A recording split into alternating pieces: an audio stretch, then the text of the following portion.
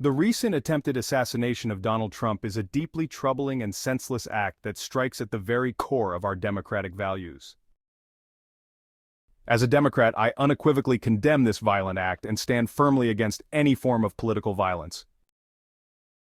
This incident is a stark reminder that our nation's political discourse has become dangerously toxic, and it is imperative that we come together to heal these divisions, regardless of our party affiliations.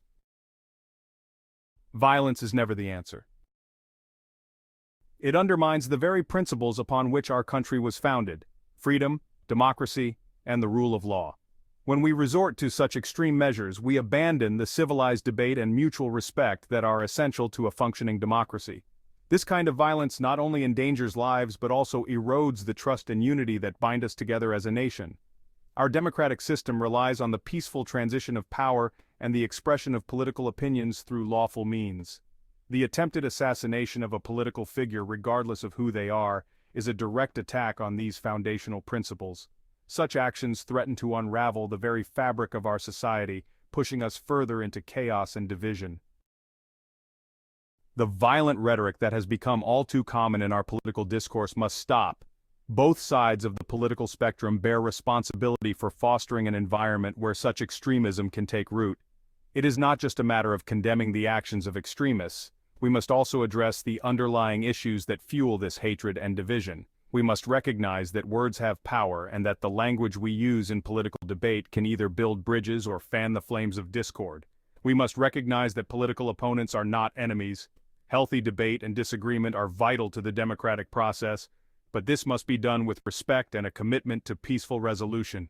The demonization of political opponents only serves to deepen the chasm between us, making it harder to find common ground and work together for the common good. Our country faces numerous challenges that require unity and collaboration.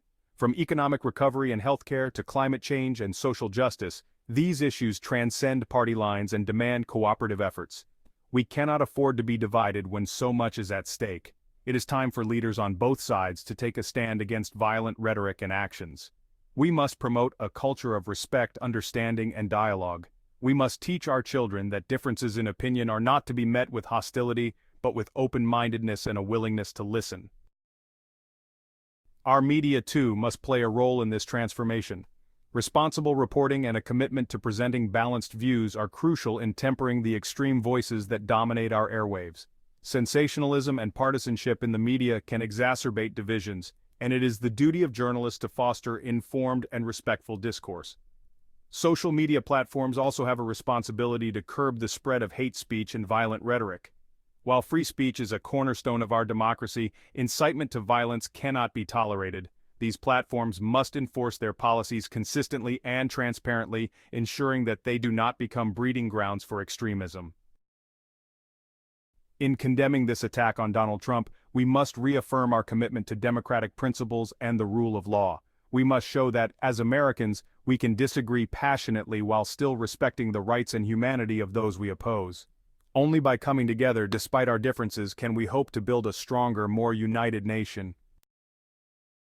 We must also take this moment to reflect on the broader issues of political violence and extremism. The attempted assassination is not an isolated incident but part of a troubling trend that includes attacks on politicians, threats of violence, and an increase in hate crimes. Addressing this requires a comprehensive approach that includes law enforcement, community engagement, and education. Our educational institutions play a critical role in shaping the next generation's understanding of civic responsibility and political engagement. Schools must emphasize the importance of democratic values, critical thinking, and respectful debate. By instilling these principles early, we can cultivate a culture of informed and engaged citizens who value dialogue over division. Community organizations and civic groups must also be at the forefront of this effort. By fostering local initiatives that promote understanding and cooperation, we can create spaces where people of diverse backgrounds and opinions can come together to address common challenges. These grassroots efforts are essential in rebuilding the social fabric that binds our communities. Ultimately, the path to healing and unity requires each of us to take responsibility for our actions and our words. We must reject violence and hatred in all forms and commit to building a society where every individual is treated with dignity and respect. This is not just a political imperative but a moral one, rooted in the fundamental belief in the inherent worth of every human being. In this time of division and uncertainty, let us choose the path of peace, understanding, and reconciliation. Let us demonstrate to the world that our democracy is resilient, that our commitment to justice and equality is unwavering, and that we, the people, are united in our pursuit of a better future for all.